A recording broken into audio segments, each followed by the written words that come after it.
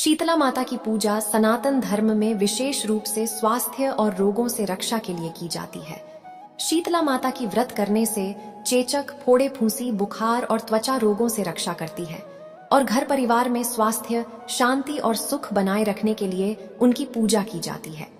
बच्चों की लंबी उम्र और रोगों से बचाव के लिए माता शीतला की आराधना की जाती है और गांवों और परिवारों में महामारी या बीमारी से रक्षा के लिए भी पूजा की परंपरा है। माता शीतला की कृपा प्राप्त करने के लिए कमेंट में जय मां शीतला अवश्य लिखें और कथा को अंत तक अवश्य सुनें। ये कथा है उस समय की जब धरती पर श्रद्धा का वास था, जब प्रकृति की हर शक्ति में ईश्वर का अंश देखा जाता था और जब मां के हृदय की पुकार स्वयं परमपिता परमेश्वर को भी विचलित कर देती थी। ये कथा है एक ऐसी मां की जिसके लिए उसका कलीजे का टुकड़ा ही उसका संसार था और जिसके विश्वास ने स्वयं नियति को भी बदलने पर विवश कर दिया। जमुना नदी के किनारे बसा एक छोटा सा गांव था, रामपुरा। गांव धूल भरी राहों से घिरा हुआ था और झोपड़ियां मिट्टी व घास फूस के बने थे। इन्हीं झोपड़ियों में से एक में रहती थी यशोदा, एक विधवा मां जिसका जीवन अपने इकलौते बेटे गोपाल के इर्द गिर्द घूमता था। यशोदा का पति कुछ वर्ष पहले ही इस संसार को छोड़कर चला गया था और तब से गोपाल ही उसका सहारा, उसका संसार, उसका भविष्य था। गोपाल एक 5-6 वर्ष का भोला भाला बालक जिसकी आंखों में चमक और चेहरे पर चिरस्थायी मुस्कान रहती थी। वो गांव के दूसरे बच्चों के साथ खेलता, मिट्टी के खिलौने बनाता और जब भी थकता अपनी मां की आंचल में सिमट जाता। यशोदा दिन रात मजदूरी करती, मीलों दूर से पानी भरकर लाती, खेतों में काम करती ताकि उसके बेटे को 2 वक्त की रोटी और एक सुखी जीवन मिल सके। उसकी आंखों में एक ही सपना था, अपने गोपाल को बड़ा होता देखना, उसे पढ़ा लिखा कर एक अच्छा इंसान बनाना। लेकिन नियति को कुछ और ही मंजूर था। एक तपती दोपहरी की बात है, गोपाल अपने दोस्तों के साथ खेलते हुए अचानक जमीन पर गिर पड़ा। उसका शरीर आग की तरह तपने लगा और कुछ ही पलों में उसके पूरे बदन पर छोटे छोटे लाल दाने उभर आए। यशोदा जो घर में आटा गूंथ रही थी, बेटे की चीख सुनकर भागी। उसने गोपाल को गोद में उठाया, उसका माथा छुआ। ओह, उसका बदन भट्टी सा जल रहा था। गोपाल, मेरे लाल, क्या हुआ मेरे बच्चे को? यशोदा की आवाज में घबराहट थी। गोपाल दर्द से कराह रहा था। मां, बहुत दर्द हो रहा है, मेरा बदन चल रहा है। यशोदा ने उसे अपनी छाती से लगा लिया, जैसे अपनी छाती की गर्मी से ही बेटे के ज्वर को सोख लेना चाहती हो। वो तुरंत गांव की सबसे अनुभवी महिला दादी जमुना के पास भागी। दादी जमुना ने गोपाल को देखा, उसकी नारी जांची और आंखों में चिंता की गहरी लकीरें उभर आईं। अरे यशोदा बेटी, ये तो... दादी जमुना ठिठक गईं। ये तो शीतला मैया का प्रकोप लगता है। शरीर पर ये दाने और ये ज्वर, देवी रूठ गई हैं। दादी के इन शब्दों ने यशोदा के हृदय में एक गहरा छेद कर दिया। शीतला माता। गांव में ऐसी मान्यता थी कि शीतला माता जब अप्रसन्न होती हैं तो बच्चों को चेचक या बरी माता का प्रकोप होता है और ये अक्सर जानलेवा सिद्ध होता है। यशोदा के पैर तले जमीन खिसक गई। उसका गोपाल, उसका इकलौता सहारा, क्या उसे भी माता का प्रकोप झेलना पड़ेगा? अगले कुछ दिन गांव में ये खबर आग की तरह फैल गई। हर कोई गोपाल को देखने आता, अपनी अपनी सलाह देता और हर सलाह के अंत में यही बात दोहराई जाती, शीतला माता का प्रकोप है यशोदा, माता को मनाना पड़ेगा। गोपाल की हालत बिगड़ती जा रही थी। पहले तो दाने केवल चेहरे और छाती पर थे, पर अब वे पूरे शरीर पर फैल चुके थे।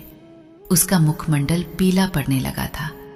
आंखों में चमक की जगह एक अजीब सी उदासी और दर्द का सागर गहरा गया था। वो कुछ खा पी भी नहीं पा रहा था, बस रह रह कर कराहता और अपनी माँ का हाथ कसकर पकड़े रहता। माँ, पानी, माँ। गोपाल की आवाज इतनी धीमी हो गई थी कि यशोदा को झुककर सुनना पड़ता। हाँ मेरे लाल, अभी लाई, थोड़ा शहद मिला दूं पानी में, उससे गला ठीक रहेगा। कहते हुए यशोदा की आंखों से आंसू झरझर बहने लगते। वो अपने बेटे को इस तरह पीड़ा में नहीं देख सकती थी। उसका कोमल बदन, जो अभी कुछ दिन पहले तक उछल कूद से भरा रहता था, अब निस्तेज पड़ा था। गोपाल माँ का हाथ कसकर पकड़ लेता और दर्द से सिसकता। यशोदा उसे सहलाती, उसके माथे को चूमती, उसके बालों को संवारती, पर भीतर ही भीतर वो खुद भी टूट रही थी। हे विधाता, ये तूने कैसी विधाता रची है? मैंने ऐसा कौन सा पाप किया था जो मेरे इकलौते बेटे को इस भयानक कष्ट से गुजरना पड़ रहा है? उसके हृदय की चीखें ब्रह्मांड में गूंज रही थीं, पर उन चीखों को सुनने वाला शायद कोई नहीं था। उसका माथा, जो कभी गर्व से ऊंचा रहता था, अब चिंता और शोक से झुका हुआ था। उसकी रातें जागते हुए गोपाल के पास बैठकर उसे हवा करते, उसके बदन को ठंडे पानी से पोंछते हुए कट रही थीं। वो हर पल डरती थी कि कहीं उसकी आंख लगते ही उसका लाडला उसे छोड़कर ही न चला जाए। नहीं, ऐसा हो नहीं सकता। यशोदा ने मन ही मन दृढ़ संकल्प किया, वो अपने बेटे को कुछ नहीं होने देगी। गांव के वैद्य ने भी हाथ खड़े कर दिए थे। ये कोई मामूली बुखार नहीं है यशोदा, ये देवी का प्रकोप है। औषधि यह काम नहीं करेगी। तुम्हें देवी को मनाना होगा, उनकी पूजा करनी होगी, उनसे अपने बेटे की क्षमा याचना करनी होगी। वैद्य की बात ने यशोदा के हृदय में एक नई आशा जगाई, पर साथ ही भय भी गहरा दिया। देवी को मनाना कोई साधारण बात नहीं थी। अगले दिन सुबह यशोदा गांव के मंदिर में गई, पंडित जी से विनती की।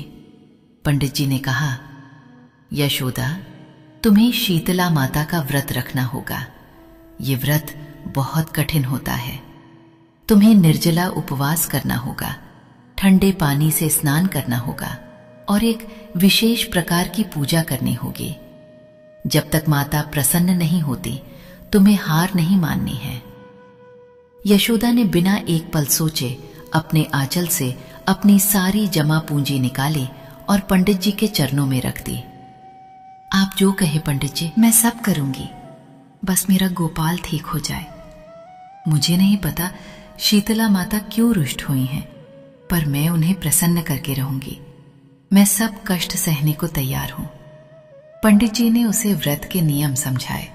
शीतला माता की पूजा ठंडे पकवानों से होती है, बासी भोजन से होती है। पूरे दिन जलपान नहीं करना होता और रात भर जागकर माता का स्मरण करना होता है। यशोदा ने अपने बेटे को देखा, जो अपनी झोपड़ी में दर्द से कराह रहा था। उसकी आंखों से फिर आंसू बह निकले। हे विधाता, कैसी परीक्षा ले रहा है मेरी। एक मां के लिए अपने भूखे प्यासे बच्चे को देखकर व्रत करना, इससे बढ़कर और क्या पीड़ा हो सकती है। लेकिन उसकी ममता ने उसे बल दिया। उसने दृढ़ता से सिर हिलाया। उसने अपने पड़ोसी से थोड़ा सा चावल और गुड़ उधार लिया। रात को उसने ठंडे चावल और गुड़ की खीर बनाई, जो अगले दिन माता को चरानी थी। उसके हाथ कांप रहे थे, मन में हजारों सवाल उठ रहे थे, पर एक ही लक्ष्य था, गोपाल की सलामती। मां, तूने खाना खाया? गोपाल ने अपनी दुर्बल आवाज में पूछा। यशोदा ने अपने आंचल से आंसू पोंछे और एक नकली मुस्कुराहट चेहरे पर तैराई। हाँ मेरे लाल, मैंने खा लिया। तू चिंता मत कर, तू ठीक हो जाएगा, बहुत जल्द ठीक हो जाएगा। उसने गोपाल के माथे पर हाथ फेरा। उसका बदन अभी भी आग की तरह तप रहा था। गोपाल को तो कुछ खिला भी नहीं सकती थी, बस थोड़ा सा पानी, वो भी मुश्किल से पी पा रहा था। यशोदा भीतर ही भीतर जल रही थी, पर बाहर से पत्थर सी अडिग थी। अगले दिन यशोदा सुबह ब्रह्म मुहूर्त में उठी, ठंडे पानी से स्नान किया, जिससे उसके शरीर में एक कंपकंपी सी दौड़ गई, पर उसने अपने मन को मजबूत रखा। उसने मंदिर जाकर शीतला माता के सामने दीपक जलाया, ठंडे पकवान अर्पित किए और हाथ जोर कर प्रार्थना करने लगी। उसकी आंखों से अश्रुधारा बह रही थी, पर उसकी आवाज में एक दृढ़ संकल्प था। हे माता, हे जगजननी, मेरे गोपाल को क्षमा करो। अगर उसने अनजाने में कोई पाप किया हो तो मुझे क्षमा करो। मैं उसकी मां हूं, मैं ही उसका हर कष्ट झेलने को तैयार हूं। मेरे बेटे को जीवन दान दो माता, मेरा संसार उजाड़ने से पहले मुझे उजाड़ दो। गांव की औरतें जो मंदिर में पूजा करने आई थीं, यशोदा की हालत देखकर द्रवित हो गईं। वे जानती थीं कि एक मां अपनी संतान के लिए क्या क्या सह सकती है। उन्होंने यशोदा को सांत्वना दी, पर उसका मन तो गोपाल की झोपड़ी में अटका हुआ था। उसने मंदिर में प्रार्थना की, फिर वापस अपनी झोपड़ी की ओर चल पड़ी। हर कदम पर उसके मन में गोपाल का चेहरा घूम रहा था। रात घिर आई थी, गांव में चारों ओर शांति थी, पर यशोदा की झोपड़ी में मौत और जीवन के बीच की लड़ाई चल रही थी। गोपाल की हालत और बिगड़ गई थी। उसके शरीर पर दाने अधिक गहरे हो गए थे और वो अब केवल हल्की हल्की सांस ले पा रहा था। यशोदा उसके पास बैठी थी। निर्जला व्रत के कारण उसका गला सूखा था, शरीर में ऊर्जा नहीं थी, पर उसकी ममता ने उसे थाम रखा था। गोपाल, मेरे बच्चे, आंखें खोल, मां को देख। यशोदा ने बेटे को धीरे से हिलाया। गोपाल ने अपनी आंखें हल्की सी खोली। उसकी दृष्टि धुंधली थी। मां, मुझे नींद आ रही है। उसकी आवाज लगभग सुनाई नहीं दे रही थी। नहीं मेरे लाल, तू सो मत, तू मुझसे बातें कर, तू मुझे अपनी कहानियां सुना, तू मुझे बता तुझे क्या चाहिए, मैं अभी लाती हूं। बस तू सो मत, तू ऐसे मत कर मेरे बच्चे। यशोदा का गला रूंध गया। उसकी करुण पुकार झोपड़ी की दीवारों से टकराकर वापस लौट रही थी। उसने गोपाल का हाथ पकड़ा, जो अब ठंडा पड़ने लगा था। नहीं नहीं, ये नहीं हो सकता। हे शीतला माता, मेरी पुकार सुन। आज रात ही मुझे मेरे बेटे को ठीक करके दिखा, अन्यथा मैं इसी झोपड़ी में अपने प्राण त्याग दूंगी। मेरा जीवन मेरा नहीं, ये मेरे बेटे का है। अगर वो नहीं तो मैं भी नहीं। यशोदा ने अपनी सारी शक्ति समेटकर प्रार्थना की। उसके शरीर का हर रोम, हर कण बस एक ही प्रार्थना कर रहा था।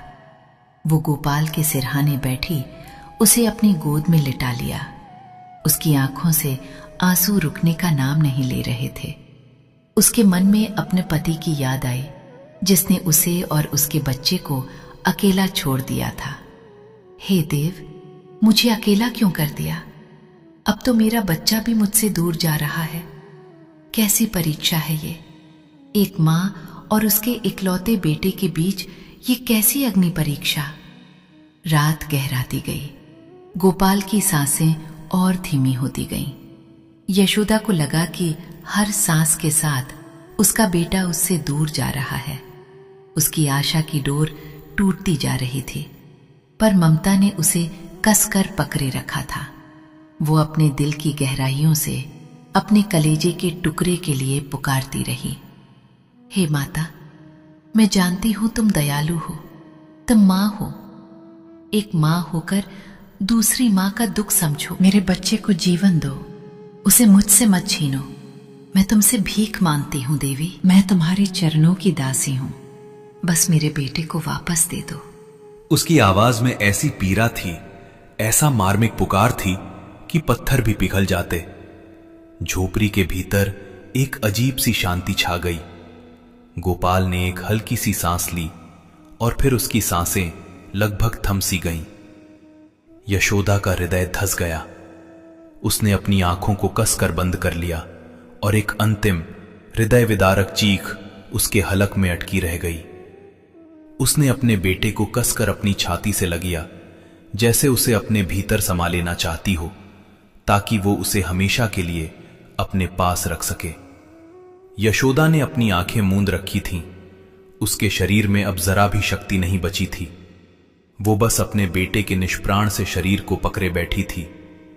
उसी क्षण झोपड़ी में एक अद्भुत प्रकाश फैल गया। यह प्रकाश इतना शीतल और दिव्य था कि यशोदा ने धीरे से अपनी आंखें खोली। एक पल के लिए उसे लगा कि वो सपना देख रही है या उसका मन उसे भ्रमित कर रहा है। उसके सामने उसी झोपड़ी के अंधेरे कोने में, जहां तक सूरज की रोशनी भी कभी ठीक से नहीं पहुंच पाती थी, एक अलौकिक आकृति प्रकट हुई। एक तेजस्वी नारी, श्वेत वस्त्रों में सुशोभित, उनके हाथों में कलश और झाड़ू, उनके मस्तक पर दिव्य तेज, उनकी आंखों में असीम करुणा और शांति थी। ये स्वयं शीतला माता थीं। यशोदा ने अविश्वास से उन्हें देखा। उसकी जुबान लरखरा गई, शरीर कांपने लगा। वो कुछ बोल नहीं पा रही थी, बस उनके चरणों में गिरना चाहती थी, पर उसके शरीर में जरा भी हलचल करने की शक्ति नहीं थी। माता शीतला ने अपनी दिव्य वाणी में कहा, उत्तरी, मेरी बेटी यशोदा, भयभीत न हो, मैं तुम्हारी पुकार सुनकर आई हूं। यशोदा की आंखों में फिर से आंसू भर आए, पर इस बार वे भय के नहीं बल्कि असीम श्रद्धा और कृतज्ञता के थे। हे माता, हे जगजननी, आप साक्षात यहां? माता शीतला मुस्कुराई। उनकी मुस्कान में पूरे ब्रह्मांड का सुकून समाहित था।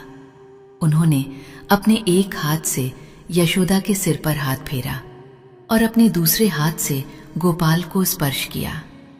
जिस क्षण उनका हाथ गोपाल को लगा, यशोदा ने महसूस किया कि गोपाल का शरीर तुरंत शीतल होने लगा। दाने गायब होने लगे थे और उसकी सांसें सामान्य होने लगी थीं।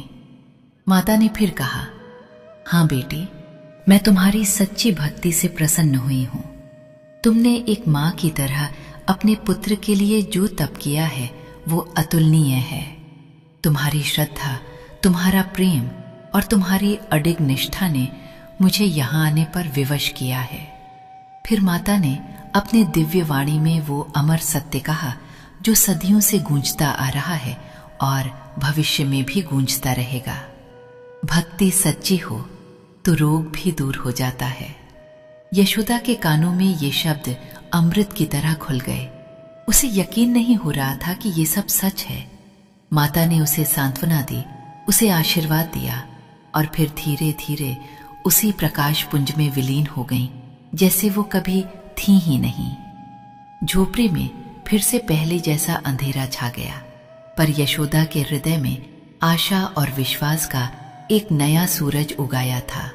वो गोपाल को अपनी गोद में लिए बैठी रही। उसका शरीर अब सामान्य था। सांसें गहरी और नियमित थीं। दाने पूरी तरह से गायब हो चुके थे, मानो कभी थे ही नहीं। यशोदा ने अपने बेटे के माथे को छुआ। कोई बुखार नहीं था। वह शांत भाव से सो रहा था, जैसे उसे कभी कोई बीमारी हुई ही ना हो।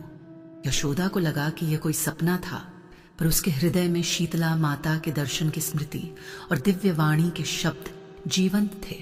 उसकी आंखों में एक अजीब सी चमक थी, एक ऐसी शांति जो उसने अपने जीवन में पहले कभी महसूस नहीं की थी। वह रात उसके जीवन की सबसे लंबी, सबसे भयानक और फिर सबसे चमत्कारी रात बन गई थी। उसने शीतला माता की कृपा महसूस की। उसने एक मां की शक्ति को पहचाना और उसने उस सनातन सत्य को समझा कि जब भक्ति सच्ची होती है तो कोई भी बाधा, कोई भी रोग, कोई भी दुर्भाग्य टिक नहीं पाता। Ad break. अगली सुबह जब सूरज की पहली किरणें रामपुरा गांव की झोपड़ियों को छू रही थीं, यशोदा अपनी झोपड़ी में बैठी थी, अपने बेटे को निहार रही थी। उसकी आंखों में अब कोई डर नहीं था, कोई चिंता नहीं थी, बस असीम प्रेम और कृतज्ञता का सागर लहरा रहा था। और फिर एक चमत्कार हुआ। गोपाल ने अपनी आंखें खोली। उसकी आंखें अब साफ थीं, चमक रही थीं, जैसे उनमें कभी कोई दर्द था ही नहीं। गोपाल ने अपनी मां को देखा और मुस्कुराया। मां, मुझे बहुत अच्छी नींद आई, मैं ठीक हो गया हूं। यशोदा ने अपने कानों पर विश्वास नहीं किया। उसने गोपाल को कसकर गले लगा लिया और उसकी आंखों से खुशी के आंसू बह निकले। मेरे लाल, मेरा गोपाल, तू ठीक हो गया। उसने गोपाल के माथे पर, गालों पर, बालों पर अनगिनत चुंबन दिए। उसका हृदय खुशी से उछल रहा था। वह अपने बेटे को एक बार फिर हंसते खेलते देख रही थी। यह सपना नहीं था, यह हकीकत थी। शीतला माता ने उसकी पुकार सुन ली थी। गोपाल उछल कर बैठ गया। मां, मुझे भूख लगी है, क्या खाने को है? यशोदा की आंखों से खुशी के आंसू बहते जा रहे थे, लेकिन उसके चेहरे पर अब एक नई चमक थी। हाँ मेरे लाल, सब है मेरे पास। मैं अभी तेरे लिए गर्मा गर्म खाना बनाती हूं।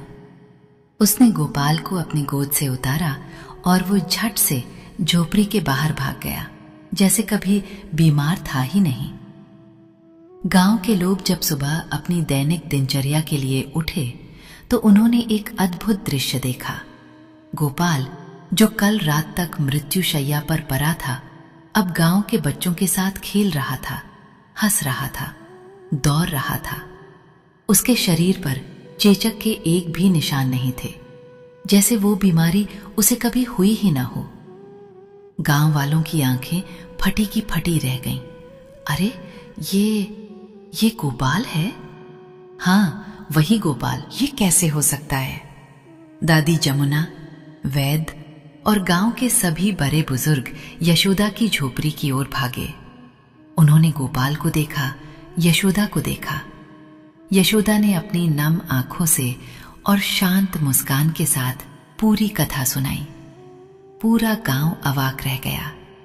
हर किसी की आंखों में श्रद्धा और आश्चर्य का भाव था। उन्होंने यशोदा की भक्ति को प्रणाम किया और शीतला माता की महिमा का बखान करने लगे। ये तो माता का चमत्कार है। यशोदा की सच्ची भक्ति ने माता को स्वयं यहां आने पर विवश कर दिया। जय हो शीतला मैया की, जय हो। पूरा गांव शीतला माता की जय जयकार से गूंज उठा। यशोदा की कथा दूर दूर तक फैल गई। लोग दूर दराज के गांवों से आकर उस झोपड़ी को देखने लगे जहां माता ने दर्शन दिए थे। यशोदा, जो कल तक एक गरीब और लाचार मां थी, आज विश्वास और भक्ति की प्रतीक बन गई थी। इस कथा ने यह प्रमाणित कर दिया कि सनातन धर्म की भूमि पर जहां मां के हृदय में अटूट श्रद्धा होती है, वहां स्वयं ईश्वर भी प्रकट होकर अपने भक्तों की लाज रखते हैं। प्रिय साथियों, इसी के साथ माता शीतला की यह पावन व्रत कथा यहां पूर्ण होती है। हम सभी माता भगवती शीतला देवी के चरणों में प्रार्थना करते हैं कि उनकी दिव्य कृपा सदा आप सब पर बनी रहे। जय हो माता शीतला।